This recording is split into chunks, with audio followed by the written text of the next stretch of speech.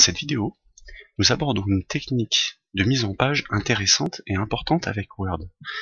L'objectif dans ce document, qui est le support de formation sur la mise en forme des paragraphes dans Word, l'objectif est de pouvoir présenter certaines pages avec une orientation portrait et d'autres avec une orientation paysage, c'est-à-dire présentées à l'horizontale, à plat.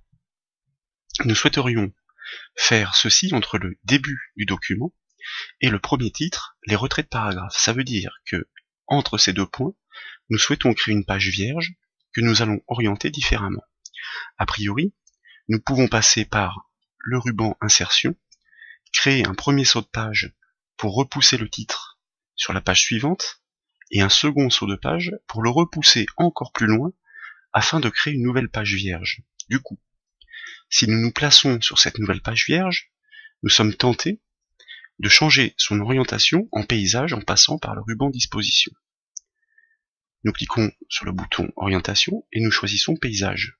Mais nous constatons que toutes les pages sont affectées, alors que nous souhaitions que seule la page sélectionnée soit orientée en paysage indépendamment des autres.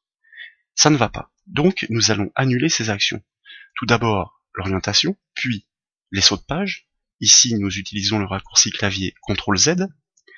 En fait, pour pouvoir réaliser des réglages de mise en page différents d'une page à une autre du document Word, il faut créer des sauts de section pour indiquer à Word qu'il s'agit d'une section différente.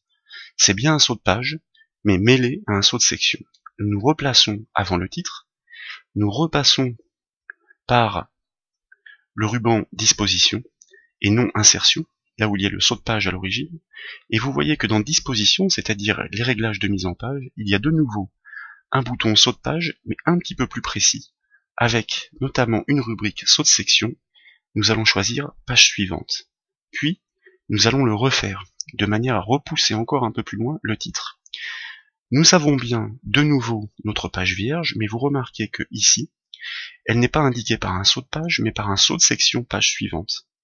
Du coup, et désormais, si nous nous plaçons sur la page vierge, et que nous choisissons une orientation différente, par exemple paysage, vous remarquez que seule cette page est affectée. Les autres restent en portrait. Ça veut dire qu'à partir de là, on peut faire ce que l'on avait prévu, par exemple, insérer une forme spécifique dans laquelle nous allons choisir d'écrire un texte. Alors, on prend une forme de base proposée par les formes de Word. D'ailleurs, au passage, petite remarque, pour insérer un texte dans cette forme, clic droit, ajouter du texte, et puis nous annonçons les rubriques qui suivent en tapant le texte, qui est un peu petit, donc, mise en forme avec le ruban accueil. Nous choisissons une police bien plus importante, et si nous commandons l'aperçu avant impression, nous remarquons en effet que nous avons bien réussi à casser